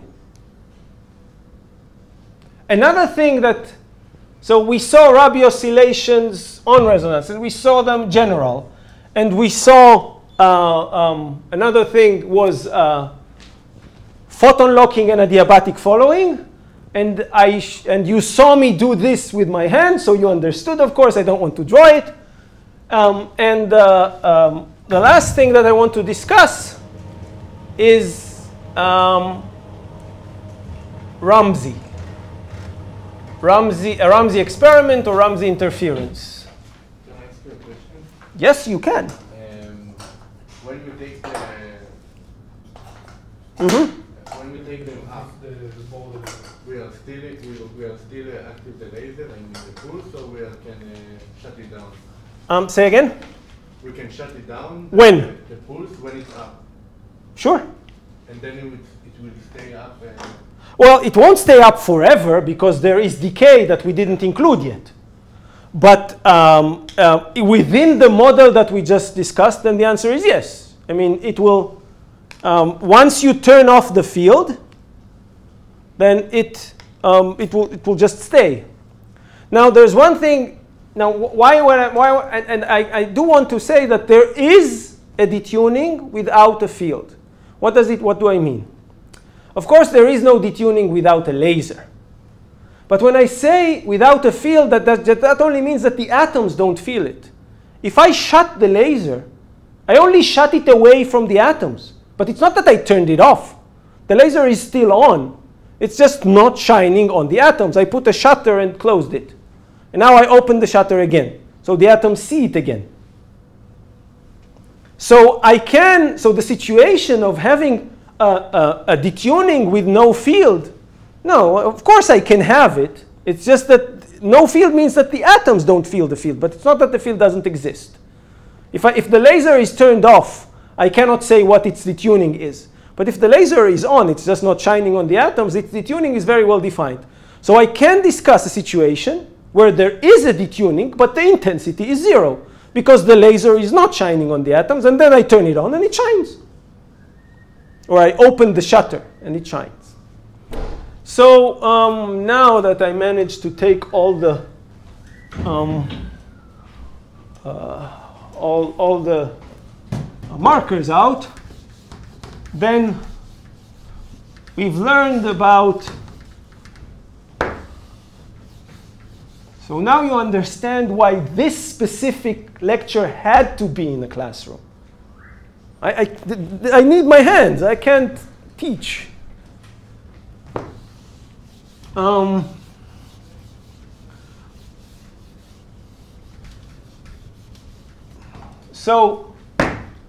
So we mentioned how we understood how general Rabi oscillations look, and then how photon locking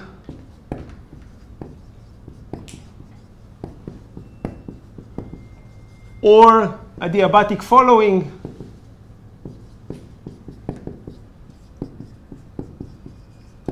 how these guys work, and there it's the same thing. Basically, I start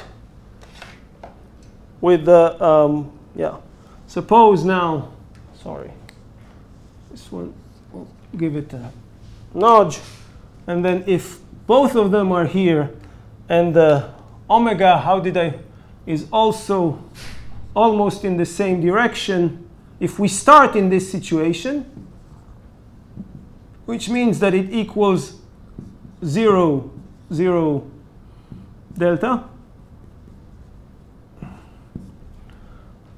or nearly this, then all we have is a small nutation around nothing. But then when we shift, I'm out of colors, so I'll do this with that. If I take this one around, I don't know, maybe here, then I can bring all the population with me up. So we end up at every point on the way, we're doing something like this. What? You need to do it slow enough. You need to do it slow enough. Yes. Not just slow enough, but also not too slow, because. That's true. But why we cannot do it too slow, that has to do with decay, which we didn't discuss yet. No, but also if you imagine a circle around it, always you have to keep a positive phase. Like the phase always follow you. Oh no, in that sense, there is no, there's nothing, so there's never too slow. You and the vector is not increasing. But it will never increase. I mean, even if you move slow enough, all that happens is that you wait and it rotates around you a lot, and only then you move. Fine, okay.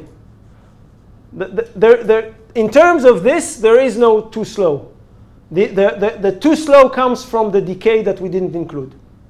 If you're too slow, then the decay kills you, and population decays before you manage to go all the way up.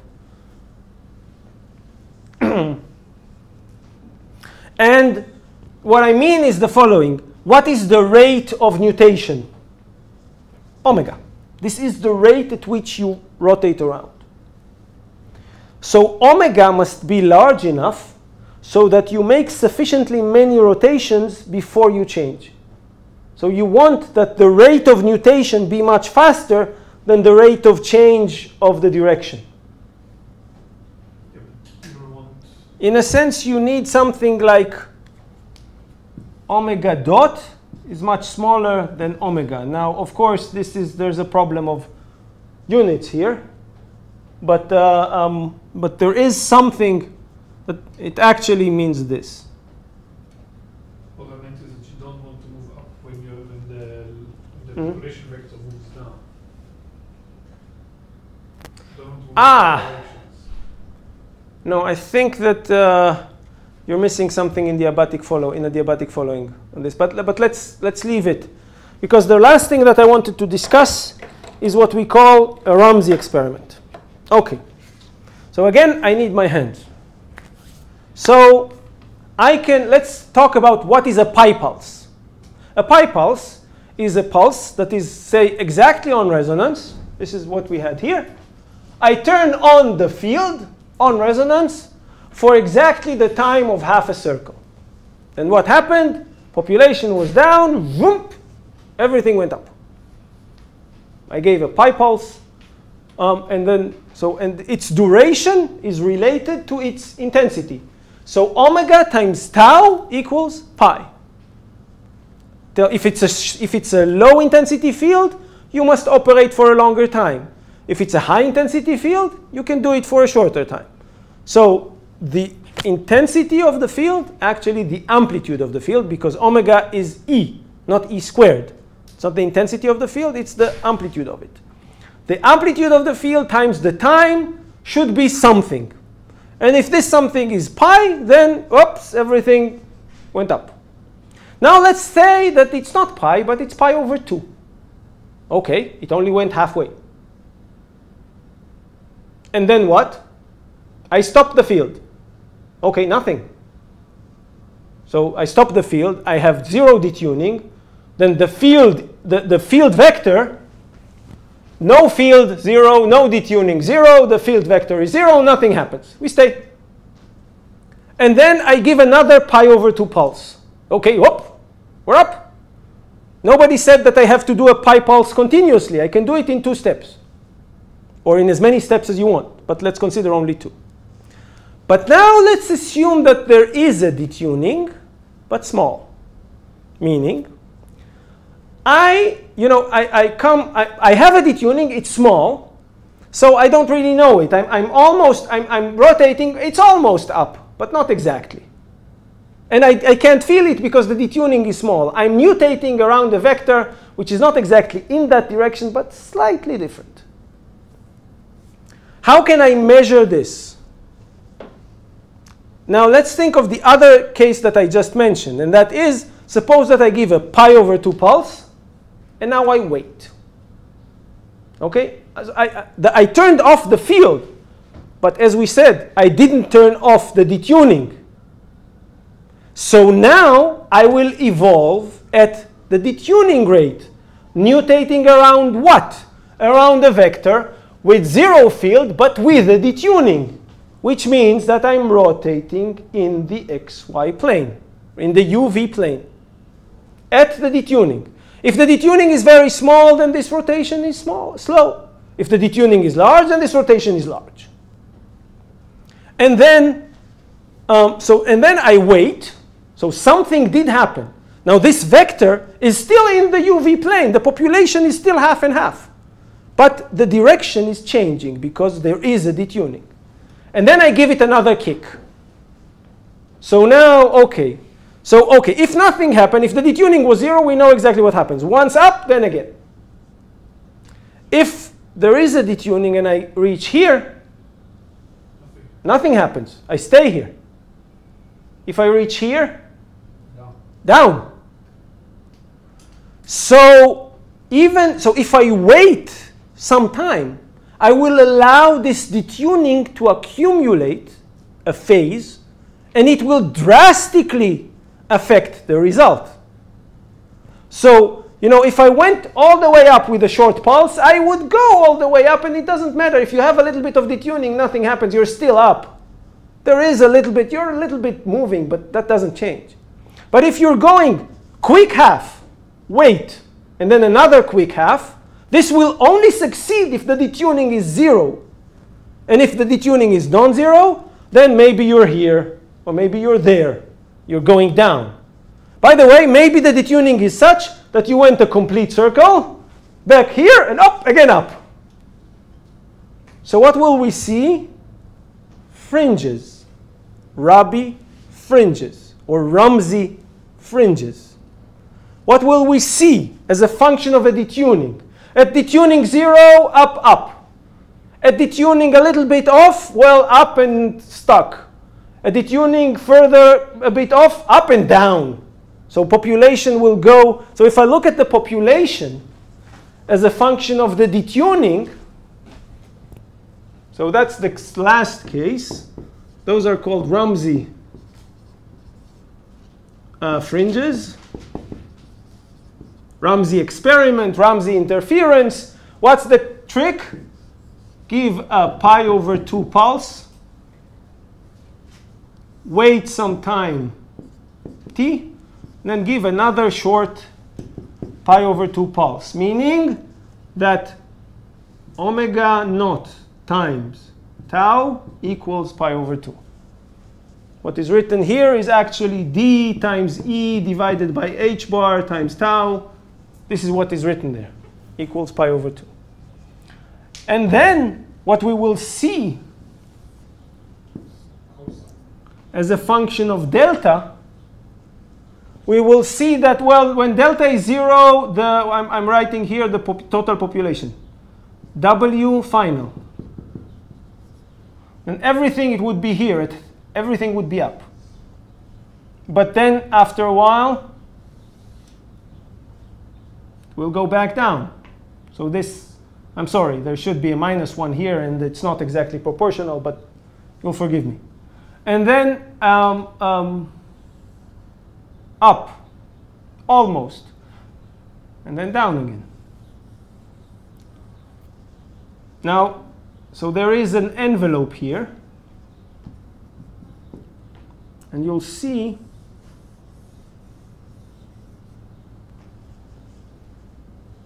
and actually this is exactly related to a double slit experiment. This is a double slit experiment in a fictitious space with 2 fictitious slits. You know, if you take 2 slits and you make an interference between them, if they're close, then they make fringes that are very large. And when you make those 2 fringes far apart in space, then the fringes become dense.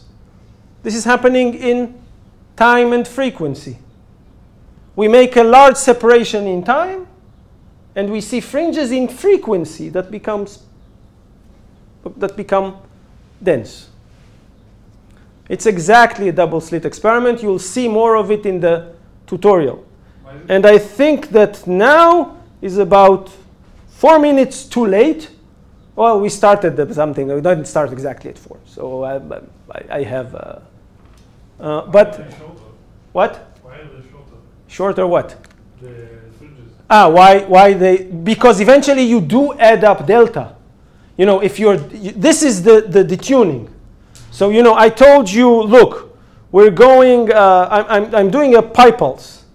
Yes, if the detuning is small, then I wouldn't notice the fact that I didn't reach exactly the pole, the North Pole. I reached a little bit around it. But when delta becomes large, eventually you don't reach there. You reach there. Oh, okay. So then you feel it.